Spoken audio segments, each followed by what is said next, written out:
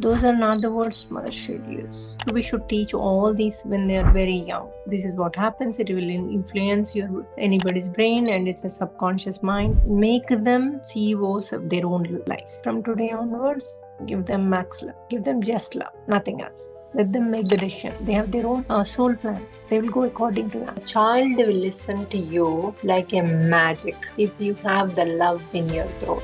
So we do need to open the throat chakra. Just give them the guidance, give them the love, show them the affection, support. That's all they need.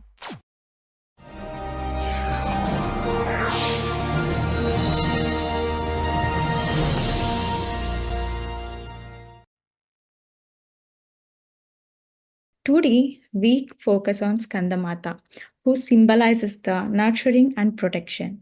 In this stage, women embody the roles of both mother and a guide. I believe many of us here today are in this nurturing phase, preparing the next generation to grow and thrive.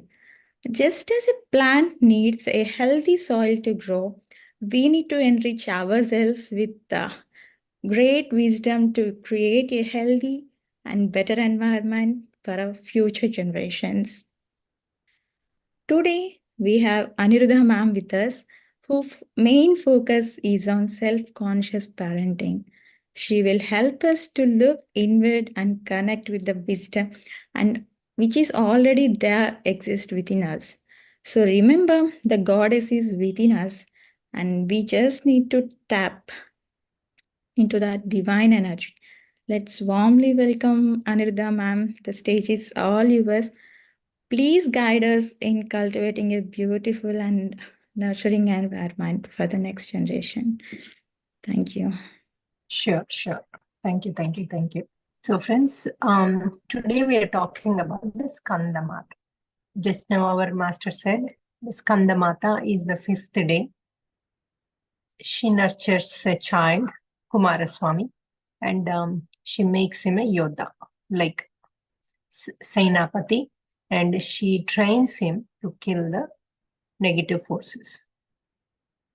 So in that process, as a mother, she teaches everything she could to the son to be as a warrior. To make a child a warrior without the fears, that's what she teaches.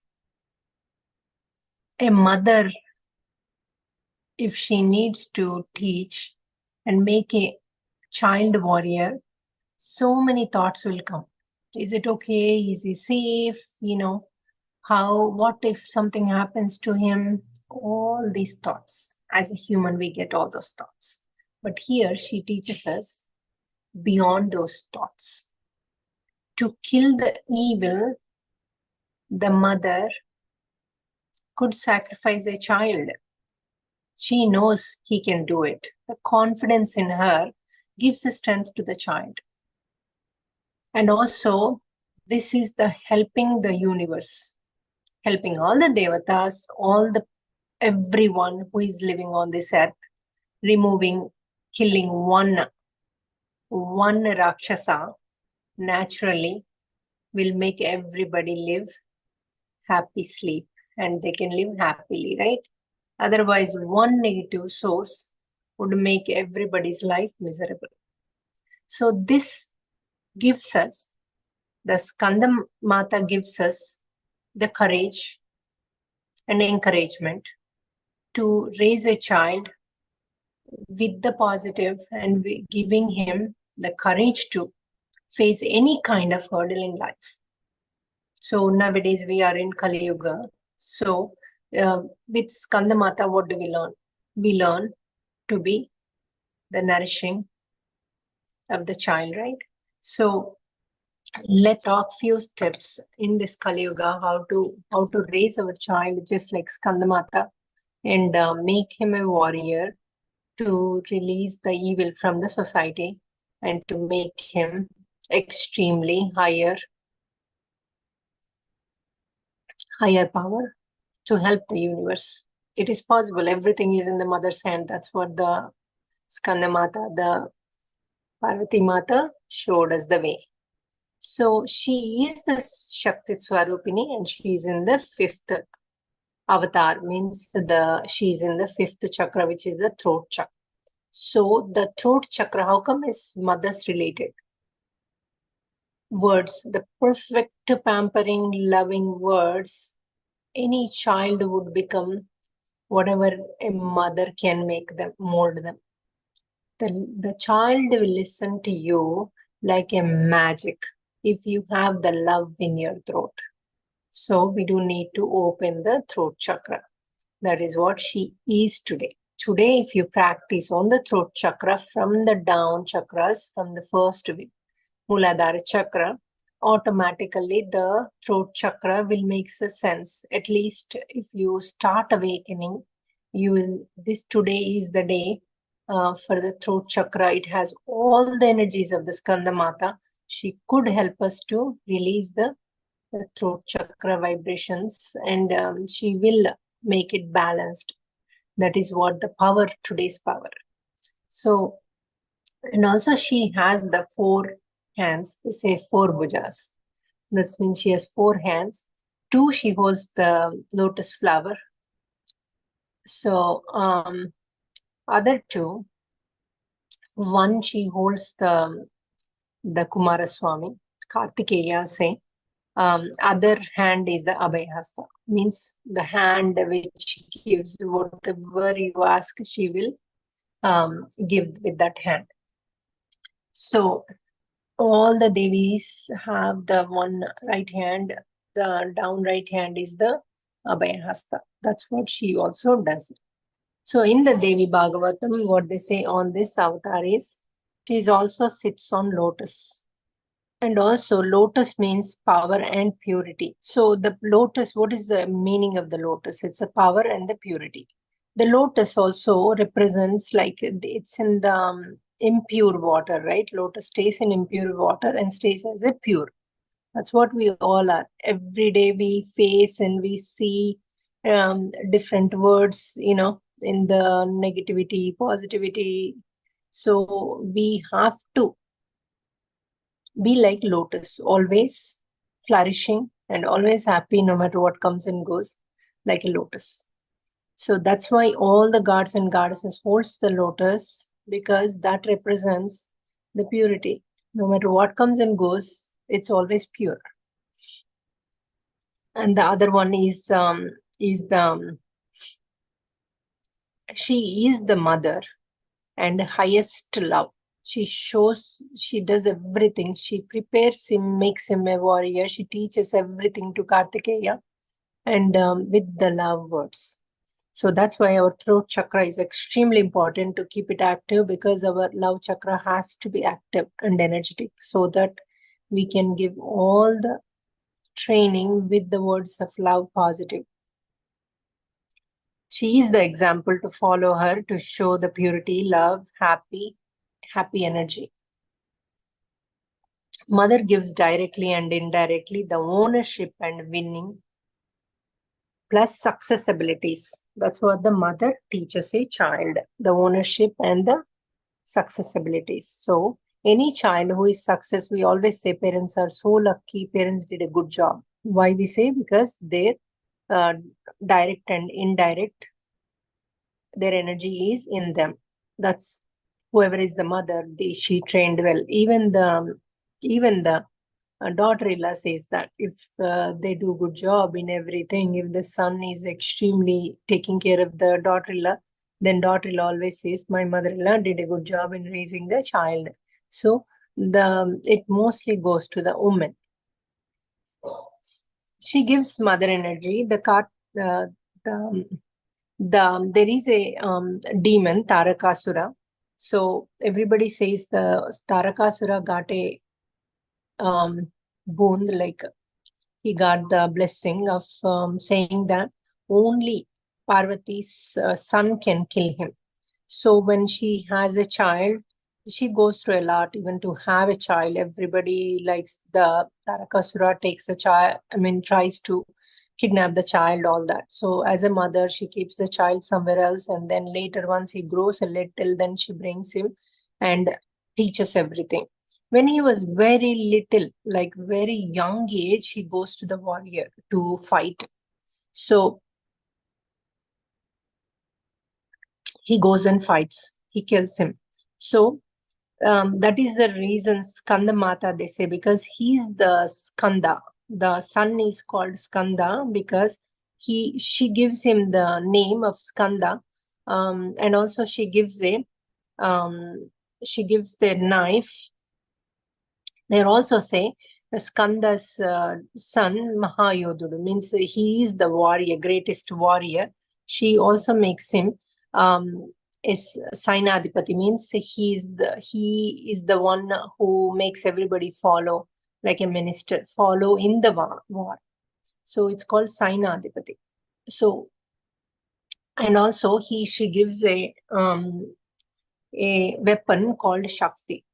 So and then he takes a Shakti that and then he goes into warrior, and he wins that, and he kills that demon, the negative force. So children are beautiful, and also they don't know anything other than the parents, and they believe everything what the parents says. So we do need to take the advantage of that. So especially when they're very young, teach the things, everything when they are very, very young. You can even read encyclopedia books when they are not even talking. Let everything enter into their subconscious mind and also into their soul. They will remember when they know that when they can talk, they will read everything for you. They will tell everything for you. They can also read through the mind. And also it is called impressions, like a picture memory. They can even do that. You're seeing so many babies, they can recognize if you show CAT, cat. They can see, recognize, and they can read when they can talk. So if they can't talk, they can't express, that does not mean they're not getting it. They can get it much better the younger they are. So you can teach everything, read books to months babies or 1 year old before they talk, even 2 year old, even 3 year old, you can read encyclopedia books. The 10th grade books you can read to the youngest kids. So every day spend as much time as you can. When a child asks you something, even whether they are talking or not, do not use the word no. Even the worst things they do, they're picking the flowers or they are damaging something, don't use the word, don't shout at them, don't use the word no. Just go to that area, show them the flower has life, flower gets hurt. How do you show that? You pinch their ear, or you pinch something, or you pinch the thing and say that. That's how the flower feels, the pain. So we should not pick them. So gently you show with the examples, but don't say no, don't pick, don't shout at them. They don't get it. They don't know what it is, and they do again and again. At one point they enjoy your shouting. They get used to that. The one child I know, the mom always used to shout at him, no, and then shout at them like, why you're doing that? Don't do that. So he got used to hear the shouting. When she makes a fresh fried rice, he goes and puts lots of salt in it, or he goes and puts ice in it. He was 4-year-old, 3-year-old, 5-year-old, because he likes that shouting, that attention from the mom. When he does not know the difference, he's shouting or she's telling in a nicer way, but he can listen better if she explains it, how once you put the eyes, we can't eat, and in a loving way and affectionate way. Always teach them why they should do or they should not do, and leave the opinion to them. Let them decide whether to do that or not, whether to put the eyes in the rice or not. They always make right decision. The mom is always stressed out. Oh, what if he does not do it? So is he making right decision by pushing him? No. Then why? Leave him alone. So if he's jumping on the sofa, for example, instead of going and shouting at him, don't jump. Just say, hug him, kiss him, and say, oh, whenever we jump, use the word we, don't use the word you. Whenever we jump on the sofa, the springs will loosen, and when mommy sits, she'll get the back pain, baby. So you always make that mother is the everything to a child. It's like a direct guard. So always say that that would impact on a mother. So that will give a pain to the mother. So automatically the child would stop doing what he's doing. So whenever you like teach something, always talk about the benefits and the negatives for doing that. For example, he comes and asks, can I drink Coke? Don't say that, oh, Coke is bad for you, don't drink. That's what most of the times we react. You say that, okay, how many you want to drink? When you want to drink? Cold, hot? How many you want me to put it in the fridge? How many you want outside? So that will automatically help the child that you said yes. So he'll think positively. He'll be very happy. Mommy says yes whenever I ask anything, right? So later, after 10-20 minutes, you call him back again and ask him to do a little research on the computer when to drink that Coke to benefit him and what are the benefits of the Coke. So he'll go type automatically, everything will come, whatever that's exactly what I did to my son. So he shouted after 5 minutes. He said, not even 5 minutes, 3 minutes. He said, I'm not touching the Coke. I said, what happened? What do I do all these Cokes? He said, you didn't buy. Don't buy them. I said, okay, why? So we have to act a little stupid, like we don't know anything. So then he said, oh, that will increase the sugar. It will drop. This will happen. That will happen. I'm like, oh, really? You should not drink. What happens if it's okay, you can drink one Coke. I always go opposite direction. So he says, no, no, no, no, even one Coke will damage you and the sugar will hike and then, so all that stuff. I'm like, okay. So now who is making the decision? The child is making the decision what to do. And who did the research? The child did. If the child does not know how to read, you go read. You open on the computer. Let's see, baby, what are the benefits of the Coke so that we will know when to drink before going to school, after the lunch, or, before doing the studies. So once you read that to them, automatically they'll say, no, I don't want to, because they don't want to damage their body. They know that basic sense all the children has. We are the one who imposes, who says, who are strict. So don't, even a teenage kid also, you behave and treat this way automatically. And also you teach about the drugs, about the alcohol, about the cigarettes when they're very young as a bedtime stories. That is what I did. The best part we did is exposing to the animals. Always, every weekend, I used to take them to these animal places where you can feed, you can nurture them, you can take the energies from them. And all my three boys had the three horses, and they have to take care of them, give the food and give the water, all that. So to nourish them. And we had a dog. They had a Maltese. They always had that love energy from the Maltese. And every birthday, I used to have all the animals, the farmhouse animals. I used to do. One of my son in India, he's in August born, so that's a summer holidays. We had a farmhouse there. So I used to call the bullock cart and the horse them in, carriage. And all the chickens used to come, even the goats used to come, and the fishes, all that. They used to play so much with them, and they talk and they get the love energy. So that is what we should do with the children. And I always played with them, whatever the game they are playing. Even they are doing horse riding, I used to do with them horse riding. So whatever it is, so mommy is part of it. It should be mommy's part of it. If they're playing tennis, play with them. I mean, not the professional tennis after the coach leaves. Then you play like 10 minutes, 15 minutes with them and make it a fun and encourage them. So how great they're doing. And overly saying also not good. and it gives them false confidence. And when they go with other children, they get insecure. So always be naturally, encourage them and keep them happy.